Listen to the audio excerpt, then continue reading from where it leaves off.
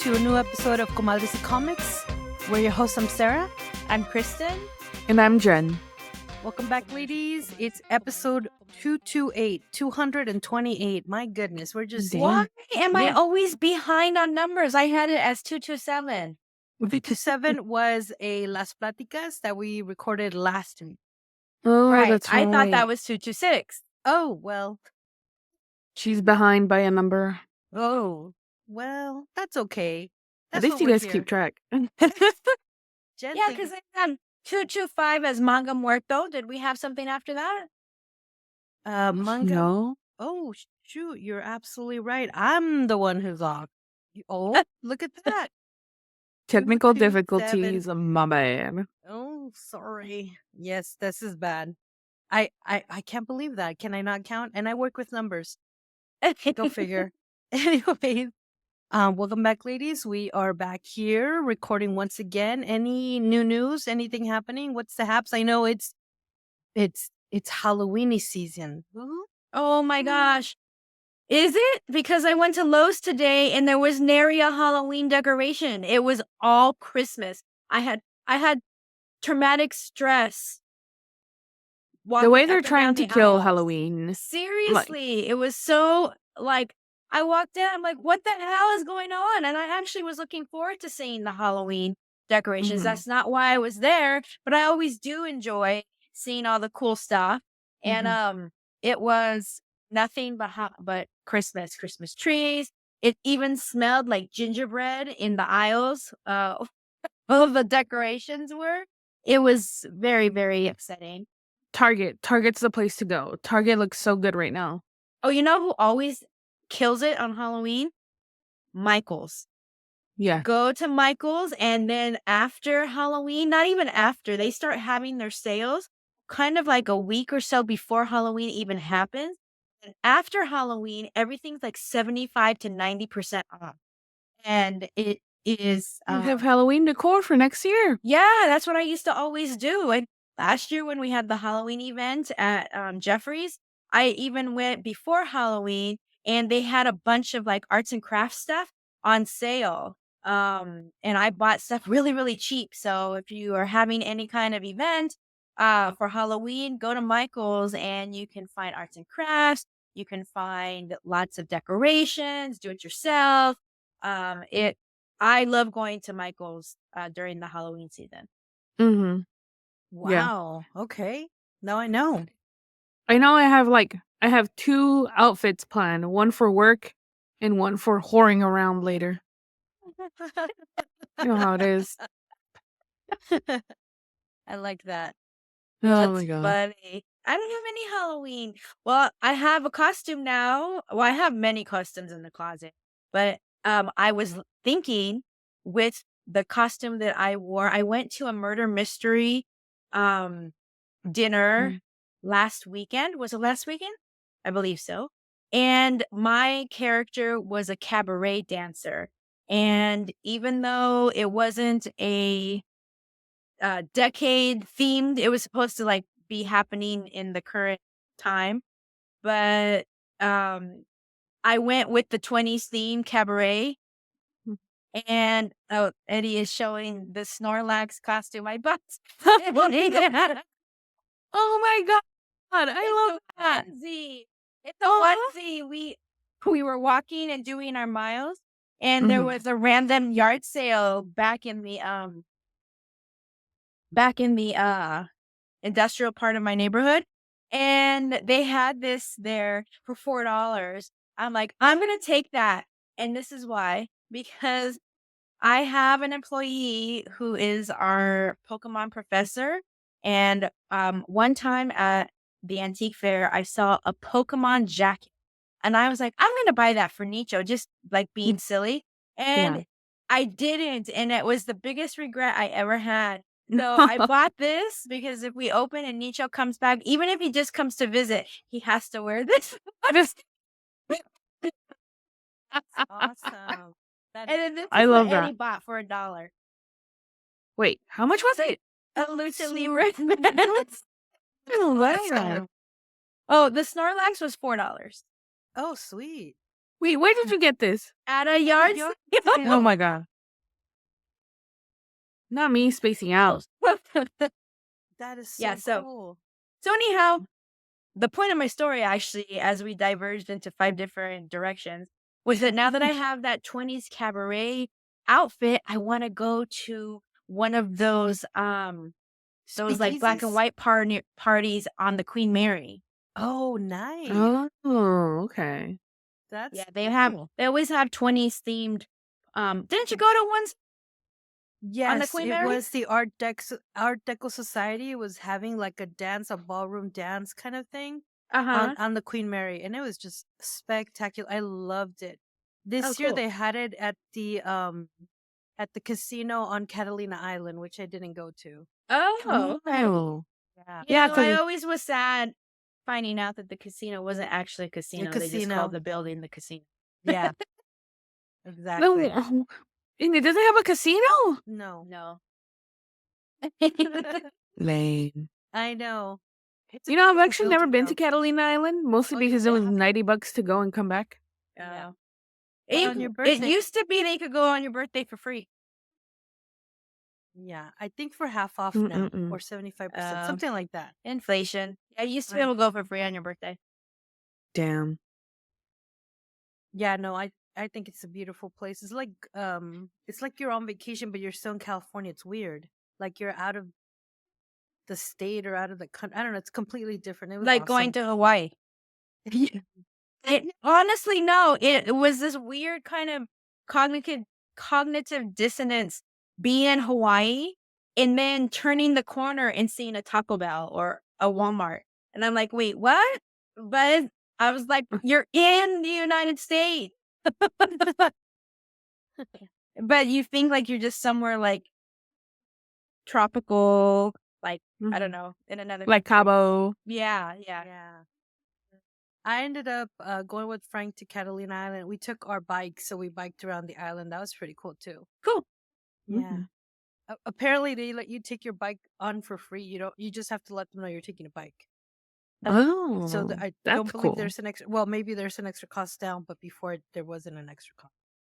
My best friend took me to Catalina for my 27th birthday, and it was boring as fuck because everything shut down at like 5 o'clock at night. There was one bar. It was only her and I in it. I think they were only open because we were there. Everyone was old. We did go on a snorkeling tour, but the water was cold and there was just weeds everywhere. And I had such anxiety thinking that as soon as I just like brushed them aside, I was going to see a big old shark coming my way. And then all there was to do really was lay on the beach, and the beach was hard rock. It wasn't even sand.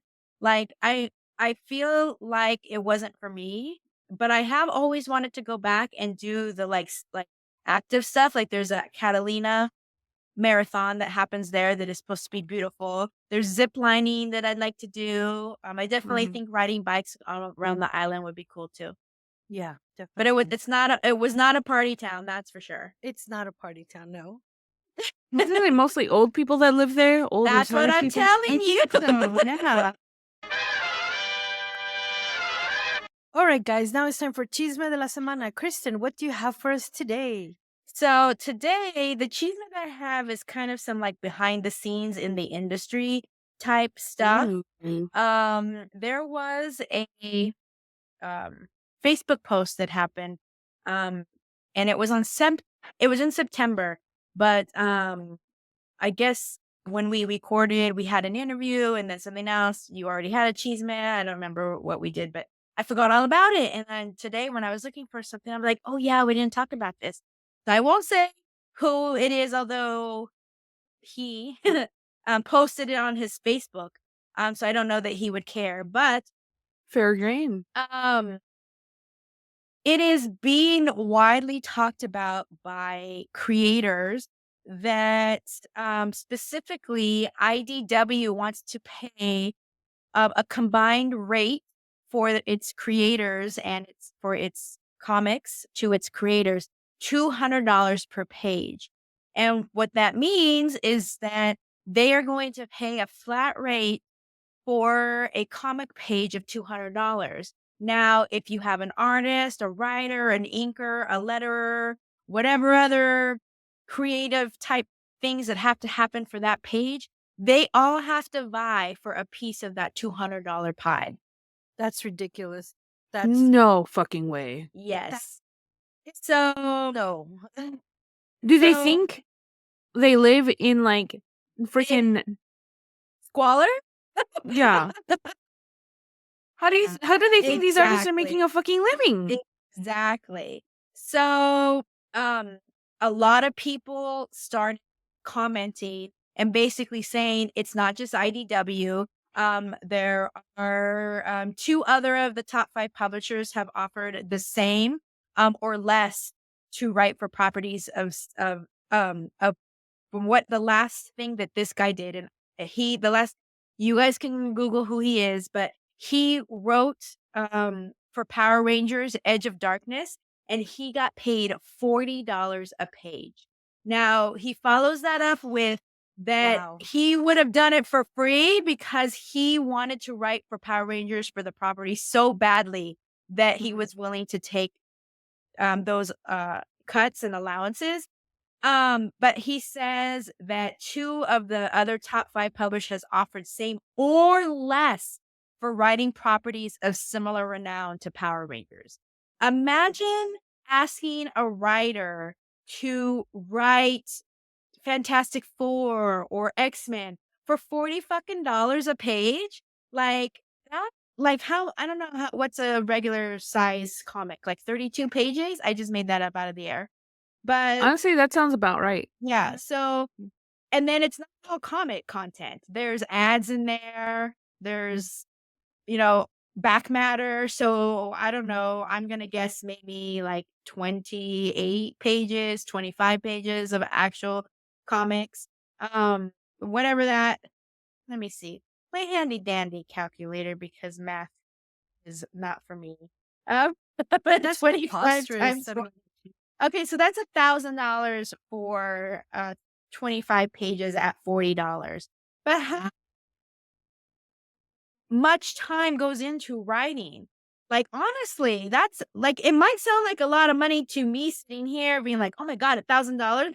But like, how much time actually goes into writing an issue? Like, writing is, to me, like, I'm not a professional writer, but I have always loved writing. I've always loved creative writing. I've written poems and stories and stuff throughout the years when I was younger. If you would ask me in elementary and junior high what I wanted to be when I grew up, I would have told you a spy or a writer.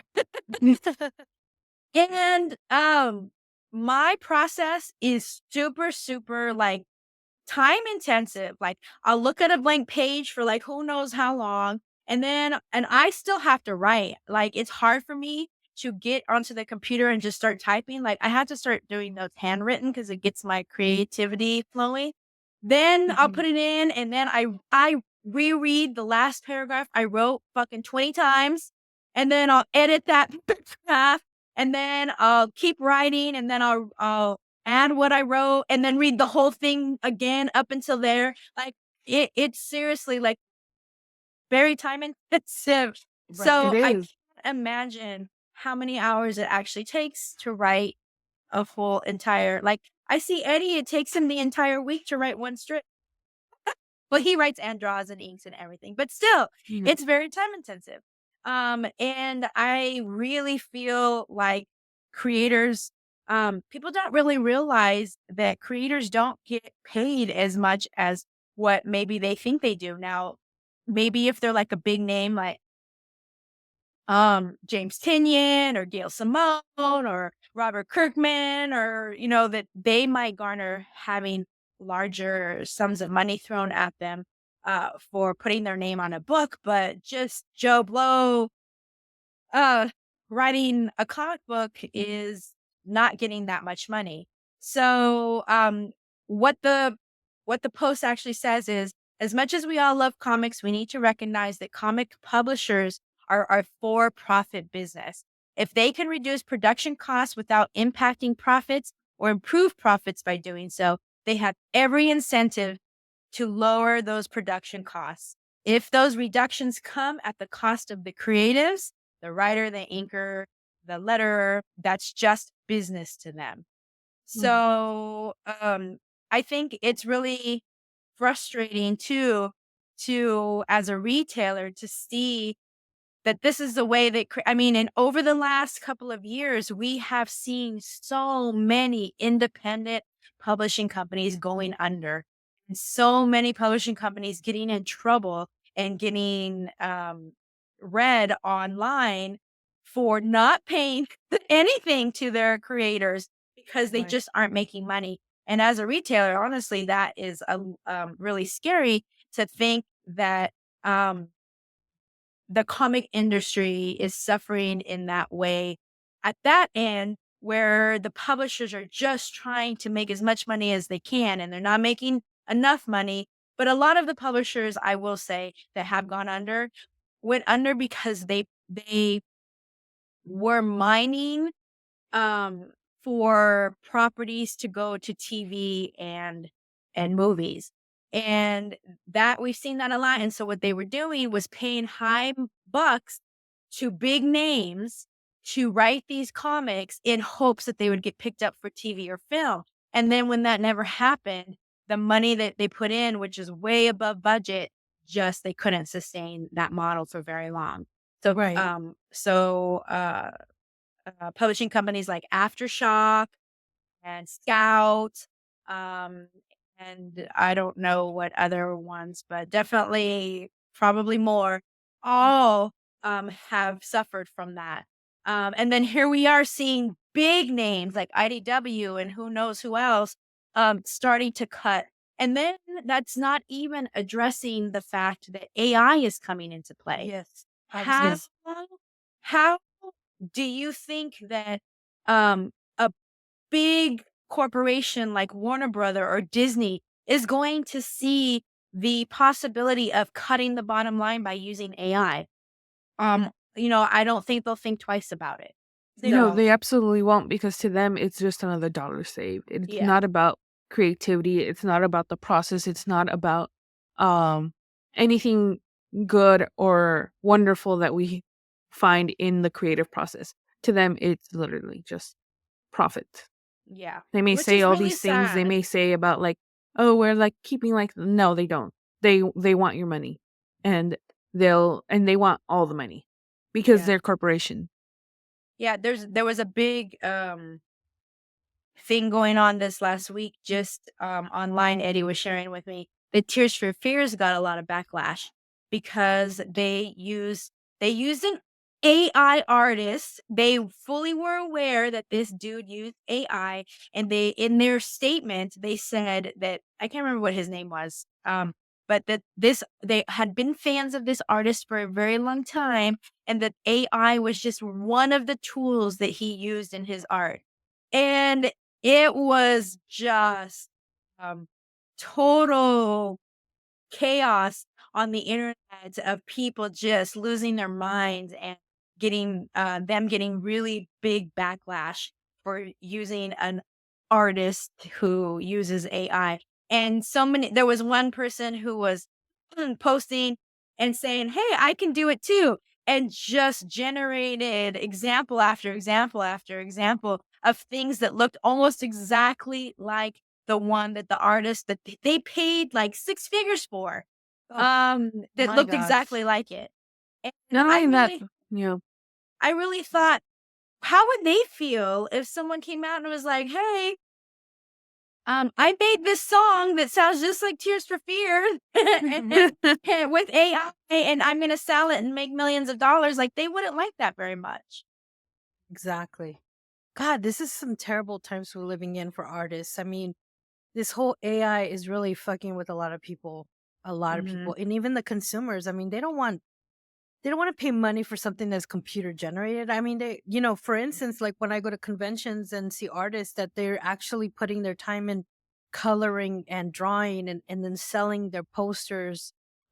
It's a lot of work. And then for AI to just come in and sweep in and it's horrible. Just horrible. Shame on Not you. to mention the people whose original art is getting ripped off to create this AI.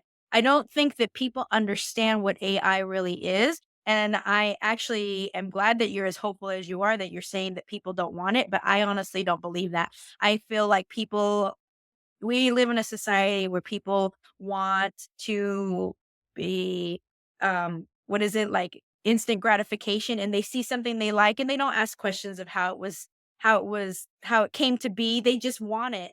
And I think people who have experience being an artist or have some sort of artist close to them in their friends or family circle, they understand what it means and they understand the implications. And everybody in our comic circle knows that AI is bad. But I'm going to tell you that most of the people on my Facebook who are not in the comic industry or in my hometown, who are the furthest away from my comic circle, as they don't care. They honestly don't care. Mhm. Oh, that's so sad. That is so sad. That is some terrible chisme, Kristen. But it needs to be said, and people need to find out where their stuff comes from. And hopefully, if they Yes. listen to this episode, they too can like look into actually purchasing like, I'm not saying purchase fine art, but definitely like purchase from local artists for sure. I mean, I go into some houses, well, not mostly, but like whenever I go to my boss's house, I'm like, damn, all this stuff on the walls is like from Marshalls or Ross, you know? Like, isn't it like just cooler to like go like to, an art and crafts festival and purchasing from the artists themselves? I think that would be like more rewarding. If, Yeah, prints yeah. and stuff like that. I Yeah. love supporting local artists. Yeah. I have so many prints. I still haven't put them up on my Me walls. too. I Same. have probably about 5 different piles in my house just full of stuff that needs to be hung. And the sad part is that I have tons of empty wall space. The stuff behind me is just obviously blown up takes of iconic covers, but they're like cheap $9 frames from Michael's around. I need to get those. I need to get some cheap frames so that I have so many posters and prints of like different things. And some of them I still like, and some of them I'm just like cringe. But you know what? I was cringe at that time. We embrace it now. Yes, just embrace it. Mhm. Definitely.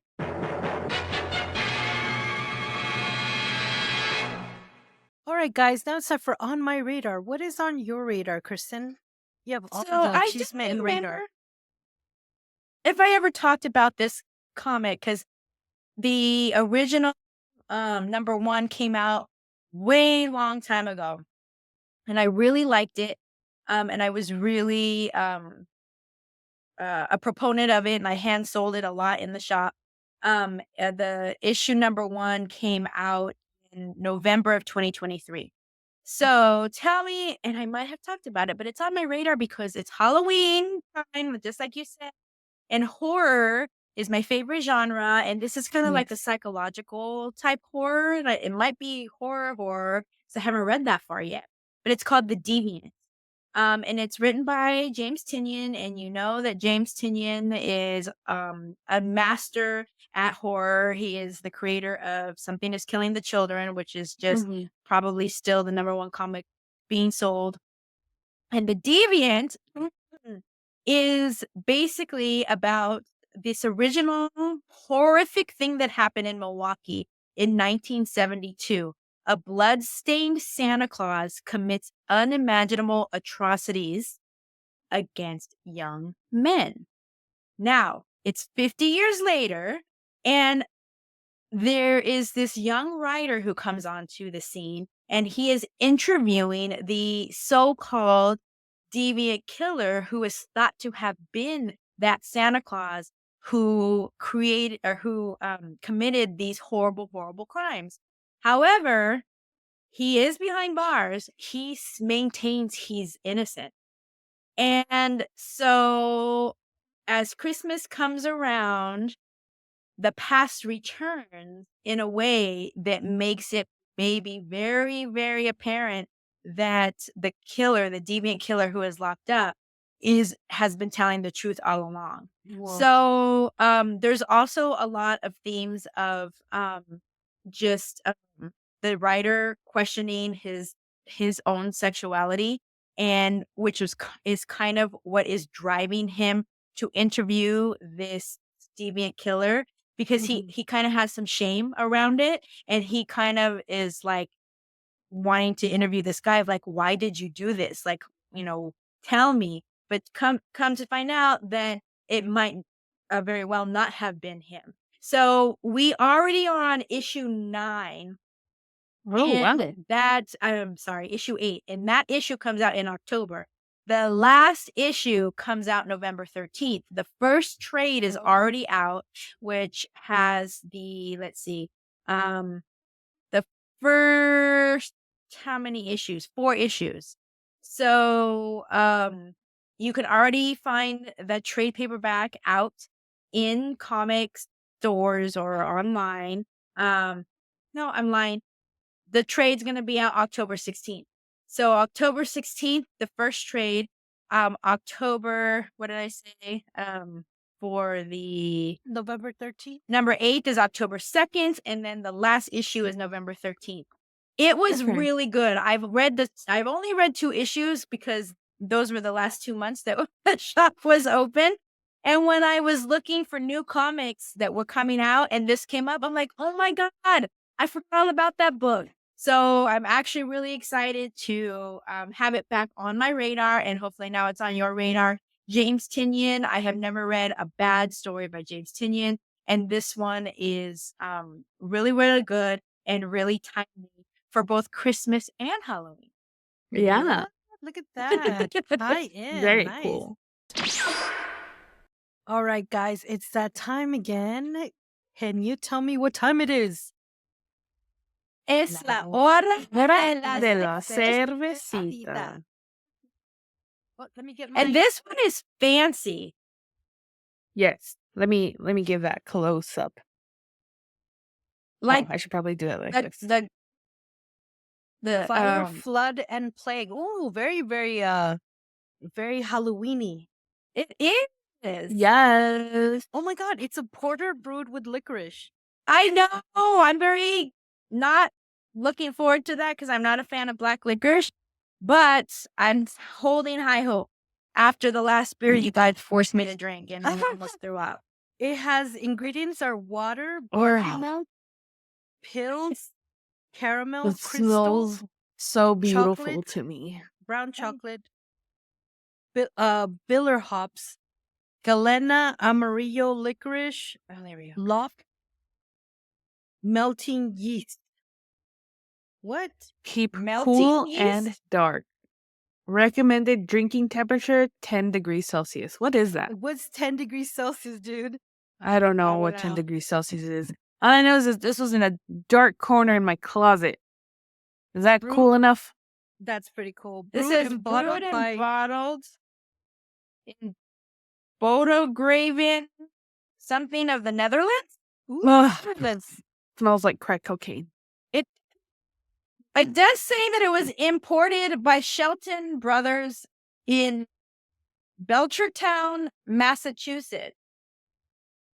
I got But this yeah, it was brewed and bottled in the Netherlands. Wow. How much did this cost you? It was $8. Oh, Per shit. bottle? Okay. I can't believe. Yes, a bottle. Okay. Okay, Miss Moneybags. Well, So- so I want to bring something new to the podcast, and sometimes I'm like, I've seen all these hops everywhere. I mean, not hops like what is it called? The ones that you guys don't like, double IPAs, and I'm just like, I need something new. No, Kristen likes IPA. I don't like IPA. We both don't like sours. Although we've had some that I like. Yes, that is true. What was that one we had a couple episodes ago? It was like a Grossness in my mouth.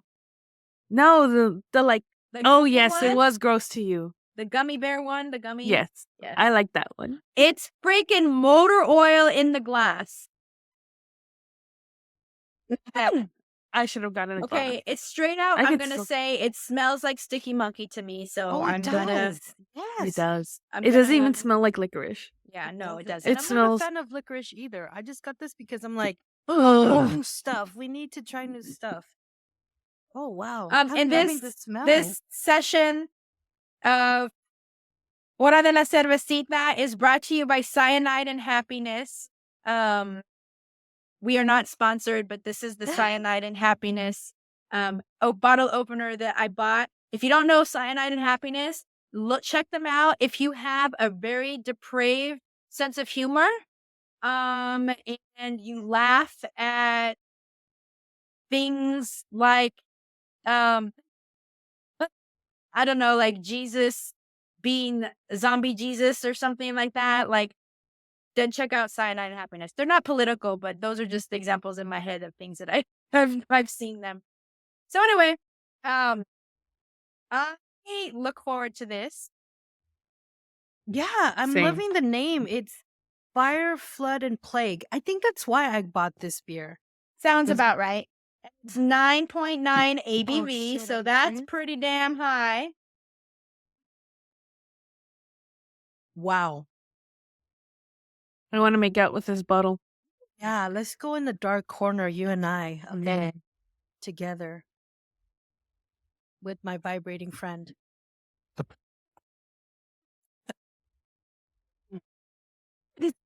Sorry, guys. I got a little carried away. Sorry. Yeah, you did. Oh my God. Oh, wow. Oh, I want to make sweet love to this. Okay. I want to say that it smelled like Sticky Monkey. It doesn't taste like it to me. No. But Sticky Monkey has a very thick mouthfeel. This does not. This has a very beer ale feel in my mouth. Yeah. Mhm. And I like that. And it's very fizzy, whereas some porters are not. They're just smooth and thick.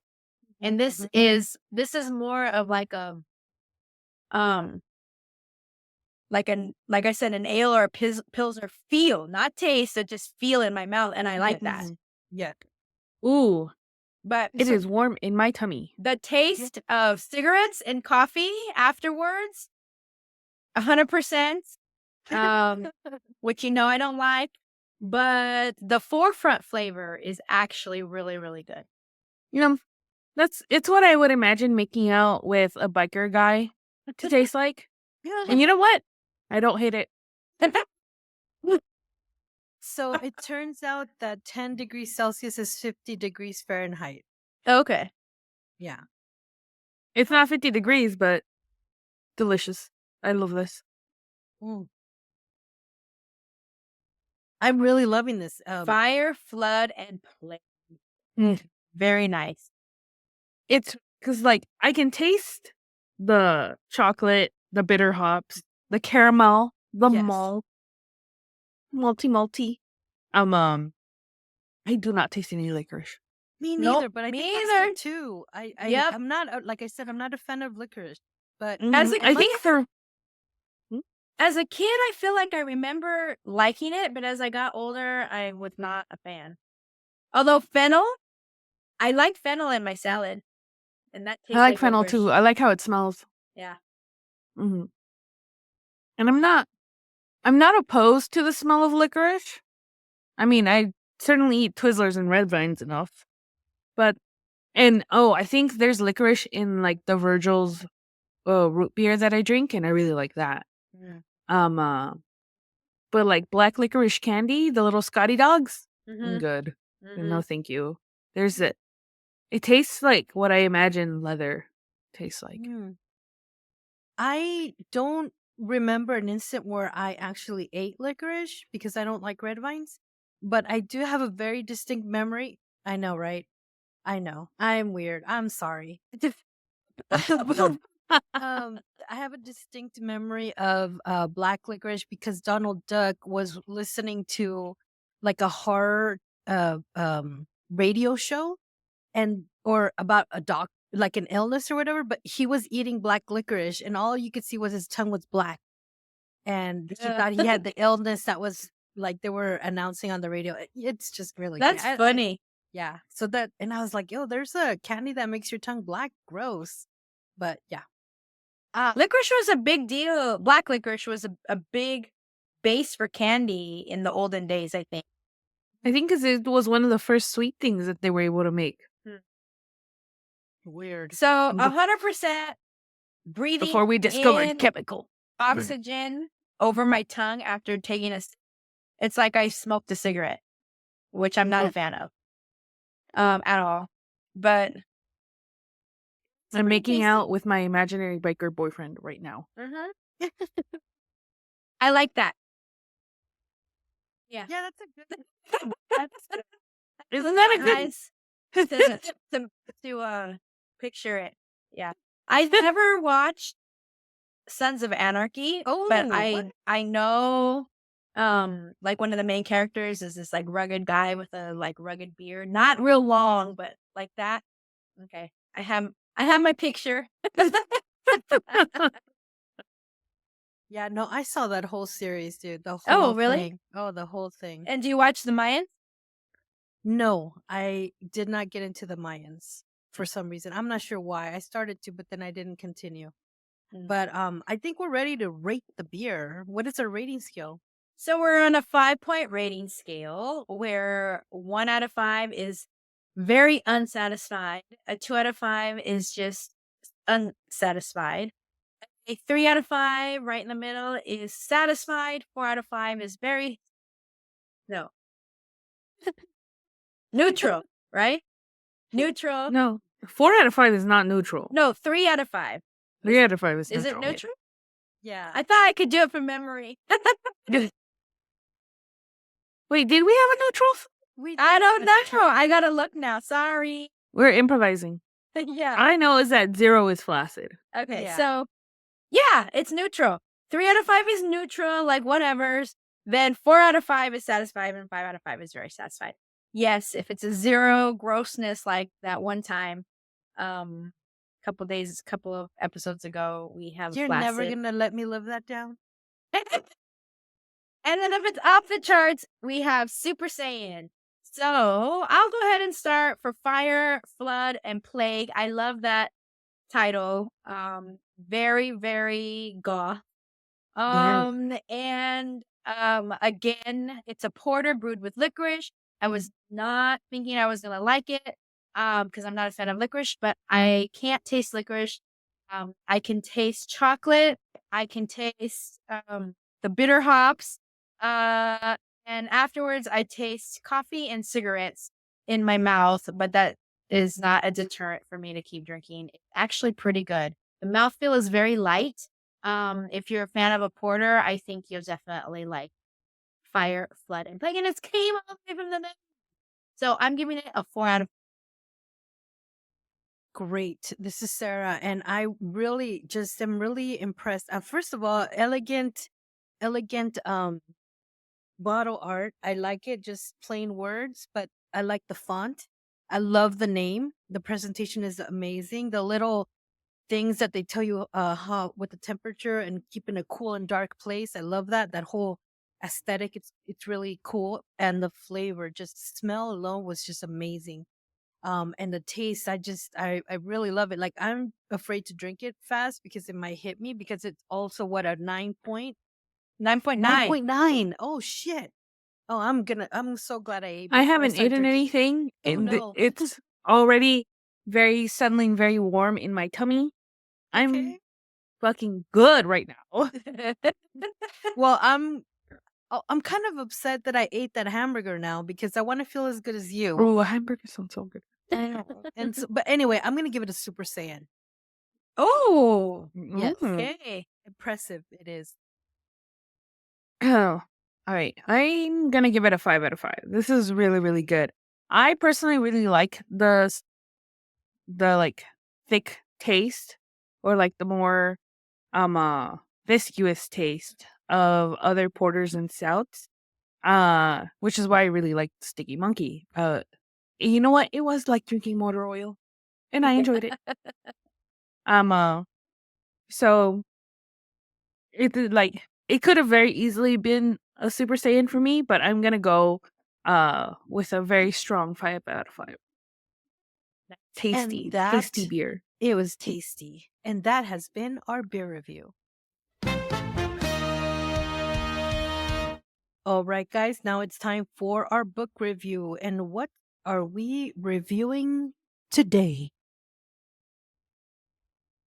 Today we are reviewing. I'm gonna put the beer here so it doesn't fall.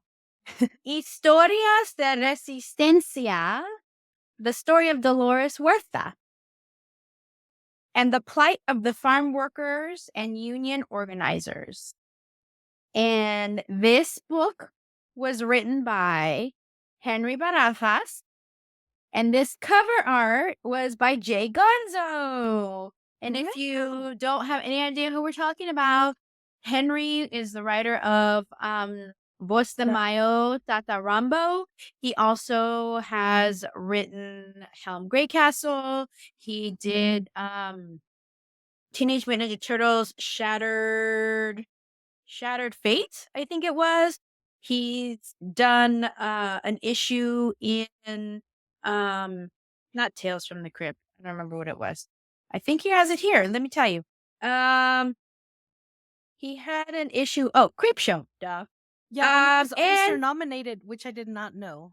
yeah. Mhm. Uh-huh. Oh, wow. And he also is the writer of the weekly comic strip Gil Thorpe. That is a syndicated comic and comes out every week, and you can read it in newspapers in the Los Angeles area, or you can follow him online and read his weekly paper. And just so they not weekly paper, weekly comic. And just so you know, there was a lot of backlash when he took over that comic, because he started including a lot of what some people would say PC, politically correct type characters and situations, and like quote unquote woke ish stuff. And he got a lot of backlash because this comic has been out for decades and had a lot of followers. So anyway, it's written by Henry, and the illustrator is Louie Chin, who has done projects with the New York Times, the Boston Globe. He's done projects for Nike, and he wrote a children's book called Bodega Cat, which was a Junior Library Guild Gold Standard selection in 2020. And he also illustrated the book Don't Ask a Dinosaur. The colorist and for this book is Gab Contreras, and they are from Lima, Peru. And her last works were on Witchblood, which was with Walt, Dirtbag Rapture, which I love that comic, and it was for Oni, True Cult for IDW, and Deadliest Bouquet for Image. Then also Meso Battle at Golan Rock for A Window Between Worlds, a world between what's W? A something between worlds. AWBW. And she's also worked for anthologies like Help, the Hero Initiative Anthology, 2000 AD Sci-Fi Special, Deadbeat. She worked on that Joan Jett and the Black Heart 40 by 40 Bad Reputation book, which I have a copy of it somewhere because I thought we wanted to do it for the show, but I don't know what happened to it. And then Jay Gonzo is the cover artist, and he's a Chicano artist born and raised in Cyprus. He lives in Phoenix, and he's also the creator and artist and writer for La Mano del Destino, which we love. And he's worked for 25 years in the creative industries, using his amazing skills at ad agencies, comic and toy companies, design studios, and just freelance. He often, when you see something by Henry, Jay Gonzo is close behind. And also, he gave me some cheese at the San Diego Comic-Con. He told me I couldn't say it. And to tell you the truth, I don't even remember what it was. I thought, but I remember he said, Wow. he said he was my to God. an important meeting, and he told me why, and he told me what it was for, and now I don't remember. But President. it did have something to do. Remember those Dia de los Muertos Teenage Mutant Ninja Turtle covers that came out last year? I don't know that you would know. Or not. No, not- I've been out of the scene. Right. It had something to do with that. So Ooh. I don't remember what he told me. You guys can tell me all the cheesemen in the world because I'm not going to remember. Honestly, same. So, By who? yeah. Earlier today, one of my coworkers told me something. I can't remember what it was. All I remember was that I gave a very appropriate reaction. How was it? Oh my god. So, the story behind so this is a comic that is free for everybody listening to read. It's actually a study tool that Henry was approached to create, and it is provided by the New York something something. It's like for NYC. I We think teach NewYorkCity.org. It's for New York City Public Schools. We teach NYC. And this is the first issue of a series that is titled Historias de Resistencia. And this series is going to basically collect many histories of activism by Latinos in the United States, and which obviously are part of United States history. And this graphic story includes many people, facts, and details from the past. The stories in this series will highlight the dynamism of the Latino community in the United States, a larger community whose story must be told.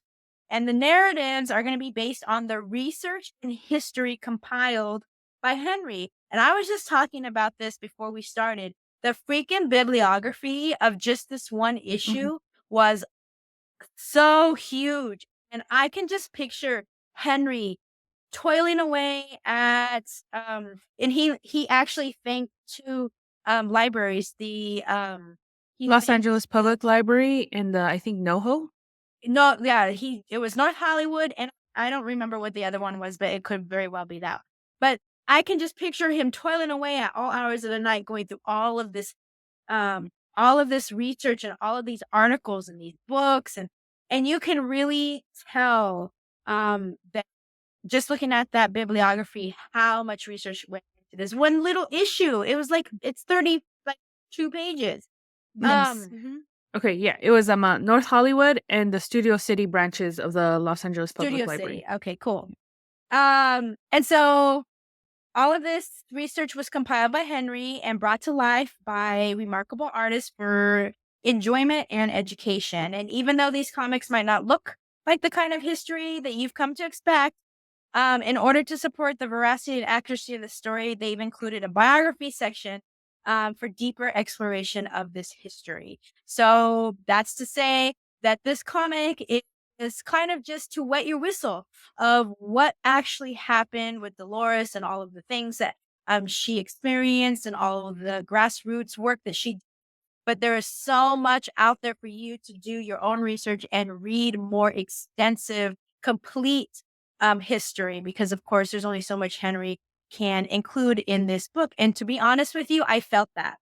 I felt like he was trying to include all of the important parts, but wasn't able to really expound on any one of them.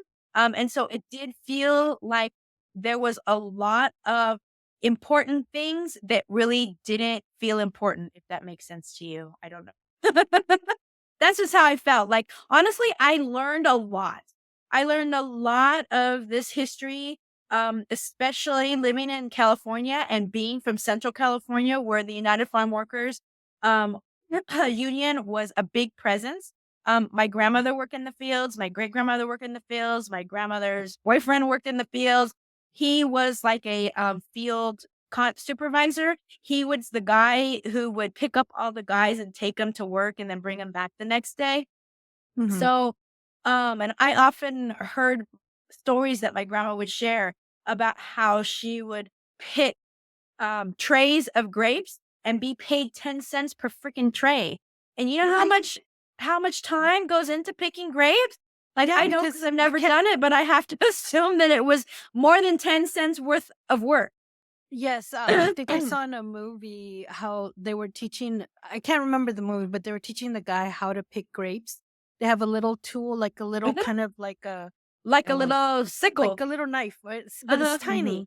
Not tiny, but small, and but for your hand, and you had to hold it a certain way and just pick the bunches of grapes, but you also have to be careful not to bruise them, because then there would be no good.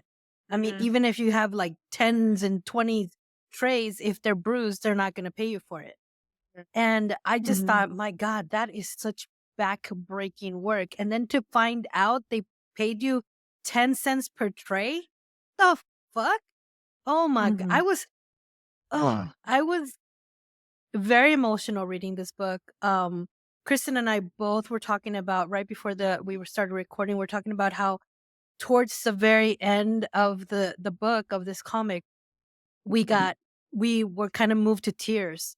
And I don't know if it's a beer or what, but I'm kind of being moved to tears now. Like seriously, there's You're so much. recalling your emotions. Yeah, I'm honestly surprised by just how actually, I shouldn't even really be surprised because we know Henry and we know the work that he put in to do La Voz de Mayo, Tata Rambo.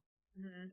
So, this I think this is just a culmination of all of his works that he's done because he has like the La Voz de Mayo Tata Rambo is already like really well written, really well done. It's got a bit of like a little bit of creative freedom, like because he told us because he just had to piece everything together and kind of also like guess about what was all going on while still looking at like actual like references and stuff like that. Whereas Dolores Huerta, this is 100% an homage to her and all her work and all the change that she has done and that she has fought for well, we may know her. I am because I think she's just so important to California as well. Yeah. And like of course like probably her home of like I think she was born in New Mexico. Yes, New Mexico. Yeah. Mhm. And probably like New Mexico like knows her in like those areas that are very heavily agricultural. Outside of that, I don't think in school I even learned about her. Yeah, me Right. I neither. learned about her when I was in college. Which is insane because she was such an important role and figure as well in the we like Cesar Chavez deserves his acclaim. He 100% did a lot of work. He is like the icon of the labor movement, especially the farm workers union and movement in California. But Dolores Huerta is one, she's still alive. Yes. We checked. She is 94 years old. Yes. But two, she also she was basically like his right hand woman. Yeah. Yeah. And that's the part that pisses me off is that, yeah, he is the icon, but why? He didn't work alone. She was just as integral, if not more, in some of the things that happened and of things that she developed. And then he didn't even give any, we learned in this story, there were, and I didn't know this. This is one I of the know, things right? I learned. Mhm. There Exactly. were freaking Filipino immigrants that worked Yes. alongside him and that did a lot of the work and that were out there on the forefront. And he did not he took all the credit for the most part. He was the fucking Stan Lee of farm workers. Yes.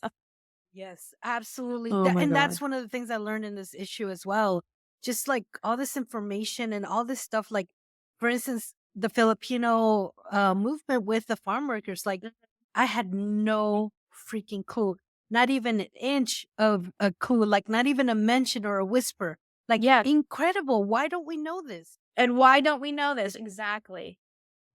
That's yeah. So I mean, and then on top of it, I mean, we were looking up if she was still around with us, but we also found out she had 11 kids.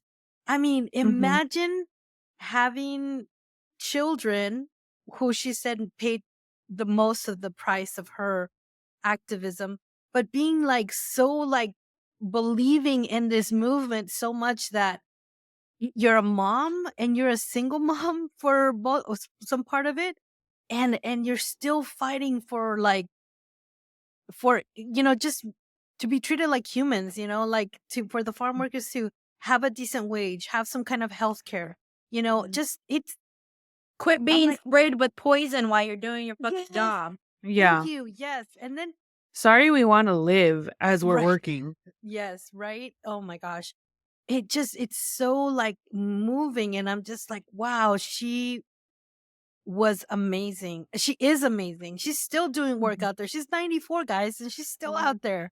Like, it's crazy. Like, Yeah, when she mentions that her children were the ones who paid a bigger sacrifice, she describes how she had to go to Washington for, I don't remember what it was for, but she was a single mom. She had to find a church, take care and watch her kids while she went, because she was doing it all on her own, and there was no one else to take care of her kids.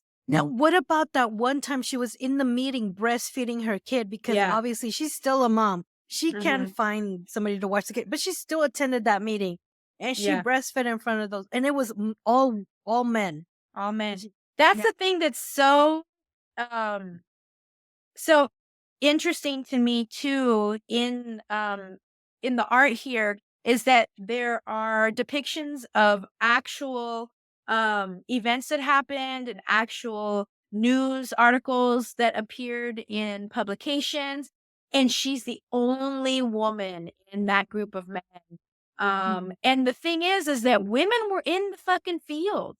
They Yeah. needed representation too, and women were mothers, and they were doing all the work both in the homes and out on the field.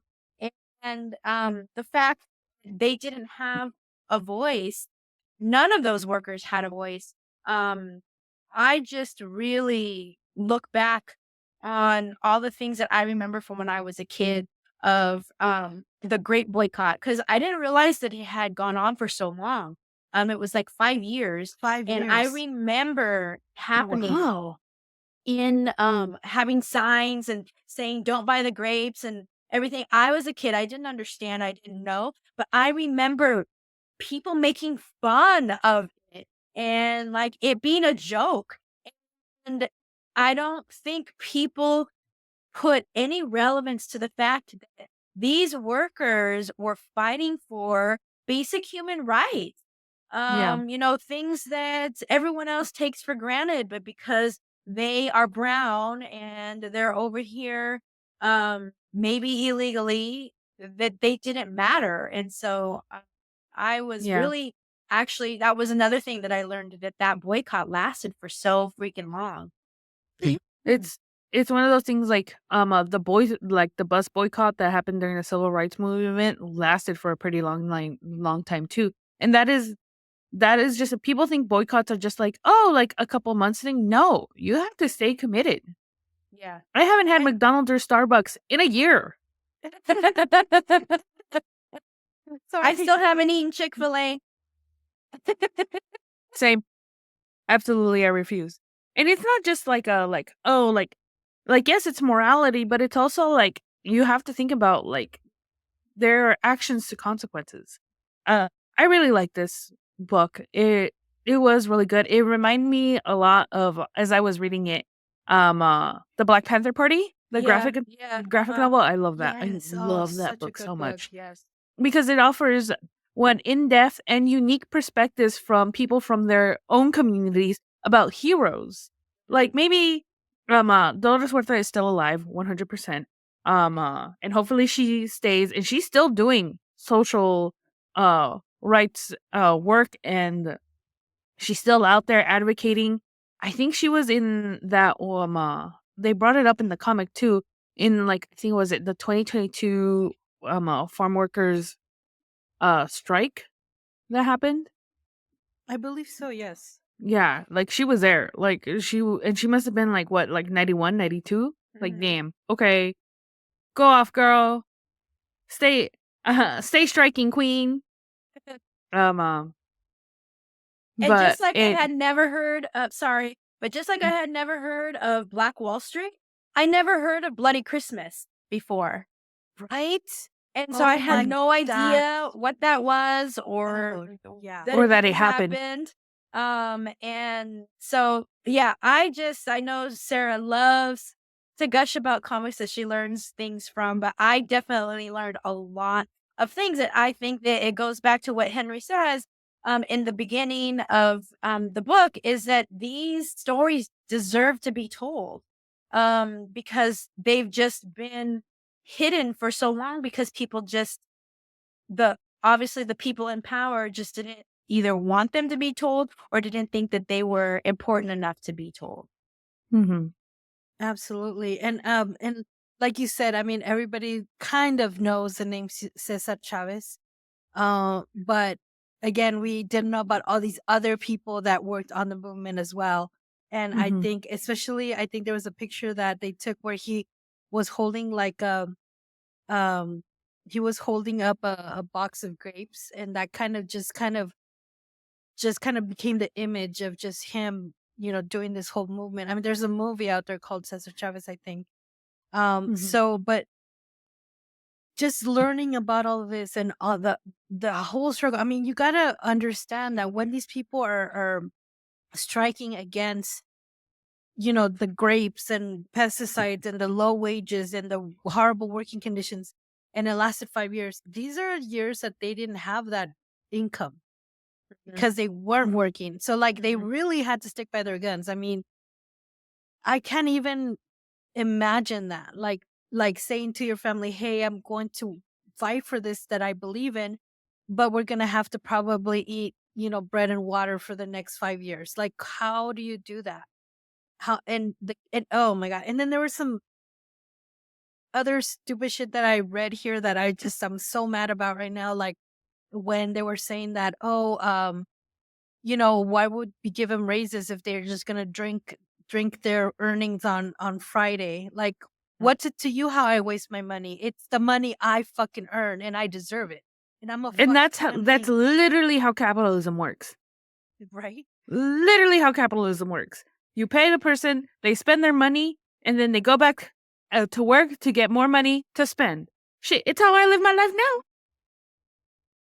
But it's just such a moving piece. I think I learned so much, and it just is amazing. I can't believe we actually know Henry as a friend of the podcast, as our friend that wrote this exemplary, like amazing piece that is going to be used in schools, and hopefully like when we're dead and gone, it'll be still around and people will still be learning. And It's that's so what he beautiful. says actually in this book In the beginning, specifically, yeah. is that his biggest hope is that this book is around long after he's gone, continuing to tell Dolores' story and the story of the farm workers and the fight that they had to basically gain the rights that they deserve to have good working condition. It was really, I had a lot of things that I learned, and I really enjoyed the whole entire story. But two things that really stuck out to me is that Martin Luther King actually, Sr., took notice of what was happening over here in California and actually wrote a letter of support to them and was basically said, "As brothers in the fight for equality, I extend the hand of fellowship and goodwill and wish continuing success to you and your members. The fight for equality must be fought on many fronts, in the urban slums, in the sweatshops of the factories and fields. Our separate struggles are really one, a struggle for freedom, for dignity, and for humanity." Mm-hmm. So that was my one thing. My second thing was by another prominent Black man. Where when Dolores actually received the highest award that a civilian could receive, she received what was it? She was the highest civilian award the country has to offer, and The Medal of Honor, right? it was, I don't remember what it was. Oh, yeah. The Presidential Medal of Freedom. And Oh, she okay. got it. She received it on May 29th, 2012. And this was so funny that Barack Obama says, on a personal note, Dolores was very gracious when I told her I had stolen her slogan, "Si se puede." Yes, we can. Knowing her, I'm pleased that she let me off easy because Dolores does not play. I saw that. That was yeah.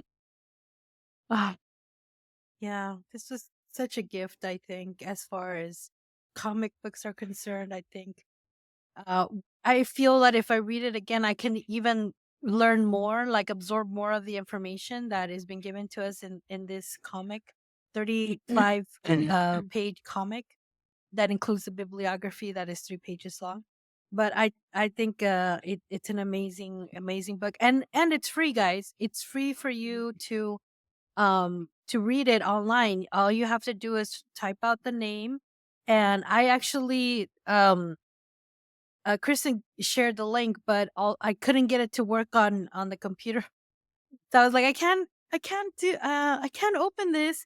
But then I just Googled it, and there was an article that Henry had written, and he said, click link here to read it. And I just clicked it, and there it was. So, but yeah, I think, do you guys have anything else to say? Are we actually ready to rate the book? Oh, I think we're ready to yeah, I rate. think we're ready. I just want to can jump on the big bibliography again and say that there's so much in this story, and like I said, he couldn't go into any one thing in depth because there's just so much to be said about it. And so I really, really recommend that you, if you read the story, that you go to the bibliography, and a lot of the bibliography is linked.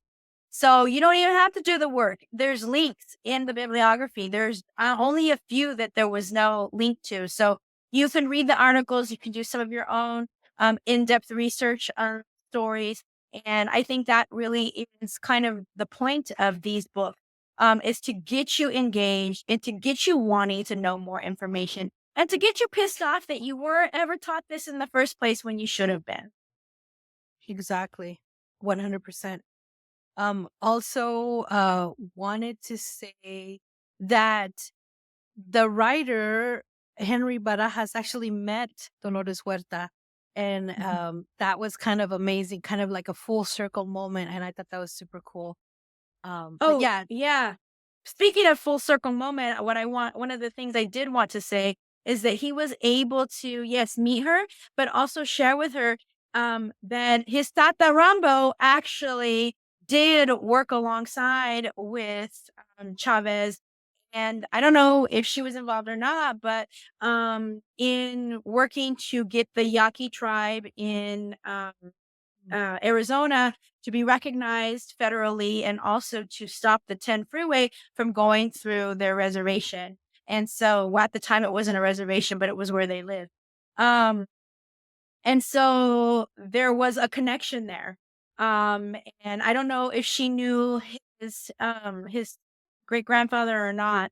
Or was it grandfather? I don't remember, but, so I don't know, but I did really see that was kind of like a full circle moment for him when he met her. Yeah, absolutely, yeah, yeah. 100%.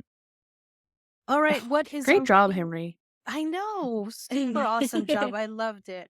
But before we rate it, what is our rating scale, Kristen? So we rate our comics on a scale of 1 to 3 conchas, with 3 conchas being the best because it was the most that Jen's mom ever let her eat in one sitting. So if we think that a book deserves more than 3 conchas, then we can do so in our own special way. So I'll go ahead and start, and I am going to give this book the whole panaderia, the whole freaking great fields. What are they called? I don't know.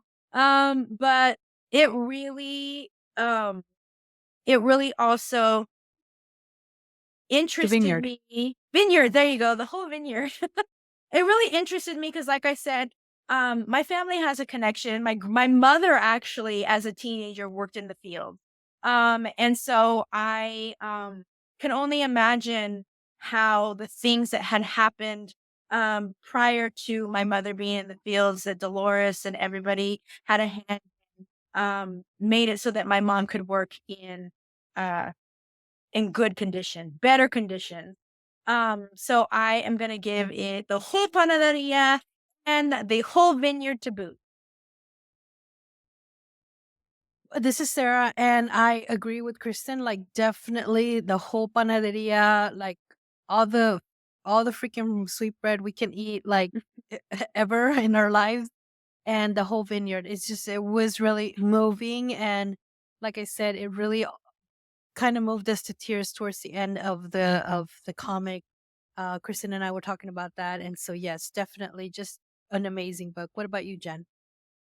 I am also gonna give it the Tres Conchas, entire panaderia, cup of champurrado, all the champurrado actually, Jamaica, chata, whatever. Enough for a changarro or whatever. It is so well done, well researched, lovingly crafted. Like you can see that this was 100% made with passion and with dedication. Henry, knocked it out of the park. So read it. It's for free.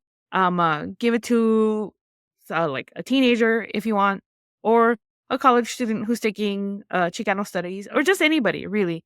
It's a great read. It is 100% informative, and it is 100% so well done. Absolutely. We didn't even talk about the artwork, but the artwork was so colorful and It so like was, just yeah. vibrant, just really well done. I mean, you really got kind of the sense of the mood of each of the pages. It was just really well done. And the cover art, Gonzo, really knocked it out of the park because Dolores Huerta, she's wearing this like bordado like shirt, and you could see the bordados. Bordados means sort of like what when you Like embroidery. And so you see like the little black spaces of like, I don't know, it was just really detail oriented, where you see like the actual like the stitching on the flowers and the bird and everything. It's just really vibrant and beautiful. Side note, So- but I've seen tattoos starting to be made like that. They're amazing. Yes, Mhm. I know. I want one. I That's definitely kind of a little bit like how this one. I love this do. one. Nice. Totally cool. So that was our book review, guys. All right, guys, now it's time for En la Libreria. Jen, what do you have for us today? So today I have Unseen, Unheard, Disability and Neurodivergence Comic Anthology, a 64-page comic anthology amplifying underrepresented voices in the disability and neurodivergent communities. Wow. So I'm just gonna, as usual, read off the synopsis that they have here on Kickstarter. So, from the editors that brought you Scott Snyder Presents Tales from the Cloakroom Volume 1 and the Ringo-nominated creator of Ethers, comes Unseen, Unheard, Disability and Neurodivergence, a 64-page anthology that collects 12 new slice-of-life, romance, sci-fi, fantasy, and horror short comics about dealing with disabilities or being neurodivergent. Wow. Why this anthology? What does the disability pride flag represent?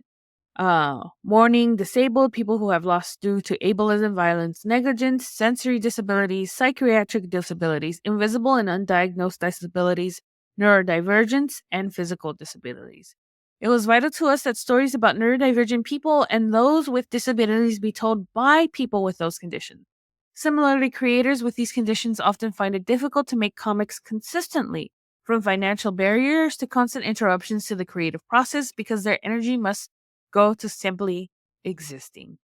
As such, we wanted to produce this anthology to give those who might also not usually get to tell their stories a platform to do so.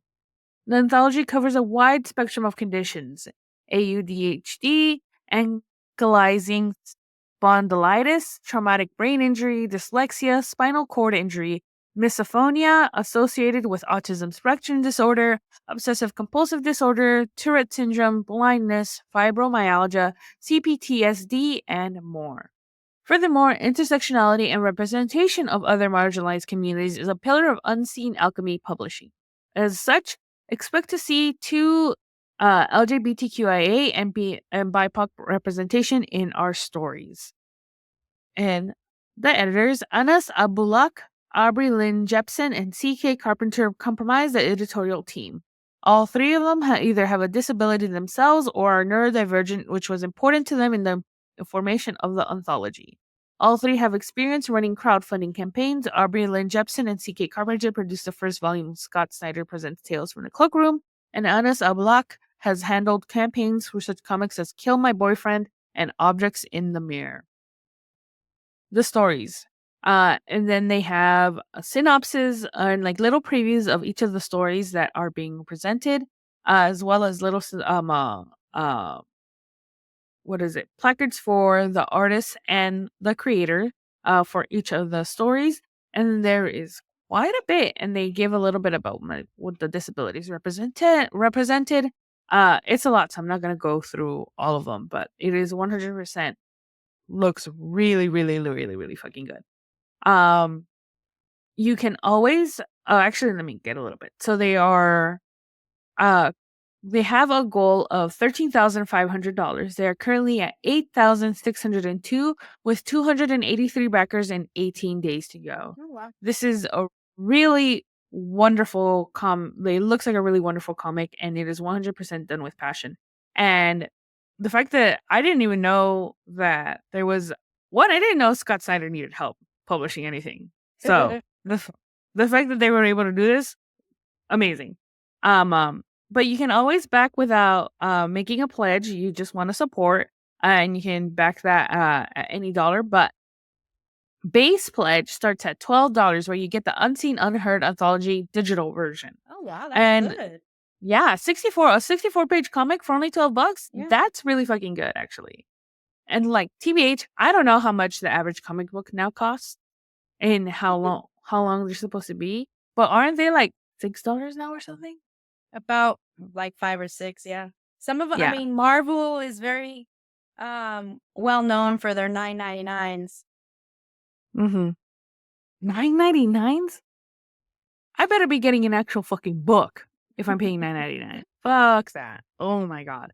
Okay, but yeah, $12 for the PDF version, 64 pages. That's pretty good, and you're getting well over 12 stories. And then there at $18, you get the digital copy plus digital bundle. So you get the Unseen Unheard Anthology, over 300 pages of digital comics bundle featuring books written or edited by the Unseen Unheard editorial team, Ethers, Objects in the Mirror, Eleutherinia, Kill My Boyfriend, as well as Scott Snyder Presents Tales from the Cloakroom, Warden's #1, Awakening, and A Flag to Fly #1.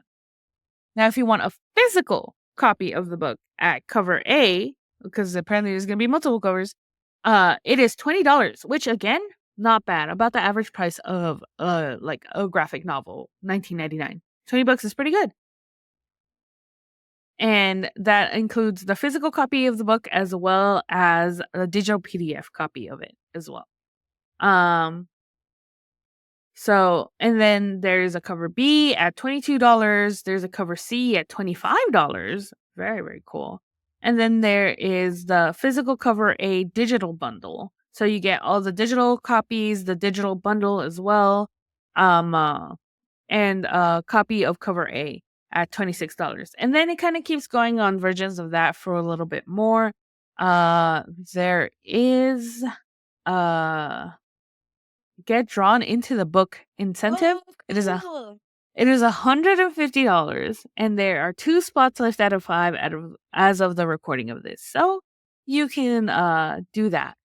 There is also editorial commissions with Aubrey Lynn Jepson and Anasa Bullock, which is limited spaces to receive editorial feedback from Aubrey Lynn Jepson, as well as physical copies of the book, or from Anas, as well as a physical copy of the book and a PDF. And considering that they've done some pretty big projects, that's pretty good editorial advice. Mhm. So definitely check it out. It looks amazing. I think it's very, very important because it's not something that we see. Like we do get, like, I especially love focusing on LGBTQIA voices and stories. And I do suffer from chronic depression, but I'm just all like, I'll deal with it. Mentality. So this is like really, really cool. I love everything in the house. It looks really colorful. It looks really well done. From what they have, I think they do have a breakdown of where the costs are going, and I think most of the book is already done. So definitely check it out. It is unseen/unheard on Kickstarter.com. Awesome. Sounds cool. All right, guys, now it's time for Juntos y Fuertes. Kristen, what do you have for us today? Well, constant listeners, I share this same organization about this time every year, and that's just because they are so freaking amazing and they have amazing events. And their biggest, most amazingness event they have every year is their Dia de los Muertos annual event. And I'm talking about self-help graphics and art. They're a nonprofit organization in the hood. They're in Boyle Heights. And they really help to support artists and also to support teaching art and having art as a career to the community. And their Dia de los Muertos event this year is going to be Saturday, November 2nd. So I'm giving you almost a whole entire month to prepare and to put it in your calendar. It's from 3 o'clock to 8 o'clock at East LA Civic Center Park. It's free, it's all ages, and they do encourage you to dress in your favorite Dia de los Muertos fashion. I actually have a dress for that. I dressed up in Dia de los Muertos one year with the face and the dress. That was like a Spanish dancer dress. So if I go, I will be all dressed up. But on Yay. November 2nd, you are encouraged to dress up in your favorite Dia de los Muertos fashion and take part in our festive Dia de los Muertos celebration procession from Mariachi Plaza in Boyle Heights to the Civic Center Park in East Los Angeles. Then join us for our 51st annual. That is like amazing. Dia de los Muertos celebration from 3 to 8 at the LA County Civic Center Park in East LA, located at 4801 East 3rd Street, Los Angeles, California, 90022. The annual celebration is one of the nation's longest standing Dia de los Muertos public commemorations in the country. And it's going to feature a danza blessing to honor our ancestors and welcome you to the celebration, community altars by local community members and organizations, live entertainment highlighting the sights and sounds of our cultura, Muertos Market with handmade art and goods by local artists and artisans, self-help graphic serigraph prints for sale, local street food vendors to nourish our community, and face painting art activities y más. So, again, this is on November 2nd from 3 to 8. But if you want to participate in the procession, meet up at Mariachi Plaza at 2 o'clock. Mariachi Plaza has a metro station right there. So you can take the metro, get off, and you're right in the middle of all of the activity. And I think that's it. You can go to selfhelpgraphics.com for more information. And they also have community art workshops at the East LA County Library every Saturday in October. Again, free for all ages. And it's also bilingual, but you do have to register ahead of time.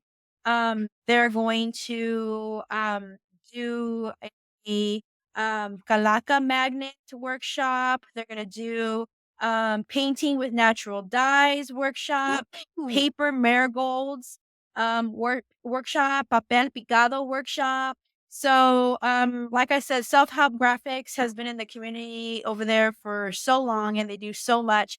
And it's just really amazing. And their Dia de los Muertos event every year is always awesome. So that is what I have on Juntos y Fuertes this week. Oh, sounds so cool. And it just reminds me, I got these sugar skulls last year that I didn't get to decorate, but I'm need to do it now for my altar, my community altar. So thank you for reminding me. All right, guys, now it's time for saludos. And actually, saludos is actually not really a saludos, but like a homage or like a little mentioning of Dame Maggie Smith. She was 89 years old when she passed.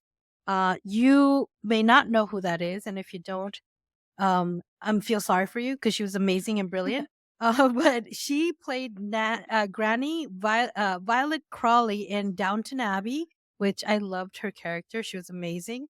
But she also is part of the geek community because she played Minerva McGonagall, Professor Minerva McGonagall in the Harry Potter movies, all of them. And also for all you guys, your older fellows out there, the listening land and podcast listening, she was in Clash of the Titans. and she played the goddess Thesis. And she was the one that was like outraged that that mother would compare her daughter's beauty to her. Like, how dare you?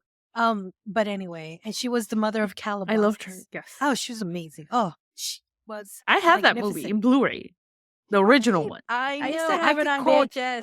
Oh gosh, I recorded off the channel 5, I think. Like That's funny. the VHS with the commercial breaks. Oh, so sad. A Titan against a Titan. Anyway, I can quote that movie so many times. Watched it so many times, but I wanted a bubo so bad. oh yes, me too. Oh my god, you understand what he's saying? The clicks and yeah, it sounds like perfect English to me. But yeah, it was just great.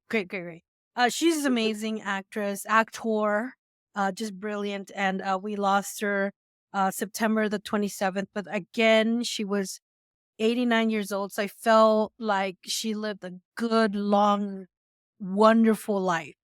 And we're going to miss her because she was iconic in all these shows and stuff. And I think more of the stuff that I knew from her was in her later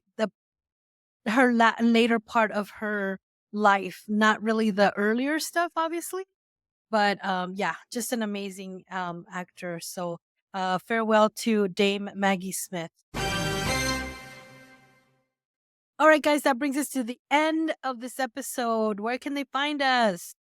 You can find us on our website at comadrecomics.com, where you can find links to all of our social media on Facebook, Twitter, now X, Instagram. We also are on TikTok. And if you are only listening and not watching, you can also watch us on YouTube. We have a YouTube channel, and you can actually watch us as we speak to you through your earphones. And just go to YouTube and look up Kumasi Comics Podcast. And there's also our Las Platicas that we actually were only doing on video, I think. Is that Yes, true? on YouTube. On Well, at the YouTube? beginning, we were doing it audio only, and then we changed to YouTube. Yeah. And so now we're also doing our regular episodes on YouTube. Yes. Just go to Mhm. YouTube. So there's lots of content on there that you can go back and look up and watch. So, and then you can also email us at comadrecomics@gmail.com. Absolutely. And also, don't forget that the next convention that we will be live at, it will be the Latino Comics Expo at the Museum of Latin American Art. Just keep that on your thinking cap in your calendar. Just, put a little blip on your calendar. Hey, I'm going to go see Las Mark your Comadres. calendars. Yes, definitely. Mark your calendars. Thank you so much for listening. Thank you so much for taking the time to spend it with us and lending us your time in your busy life and schedule and work and everything. And hopefully, you will continue to share that time with us. And so thank you for listening. Thank you for watching. We have been your host. I'm Sarah. I'm Kristen. And I'm Jen. Bye. And that's on Period Network.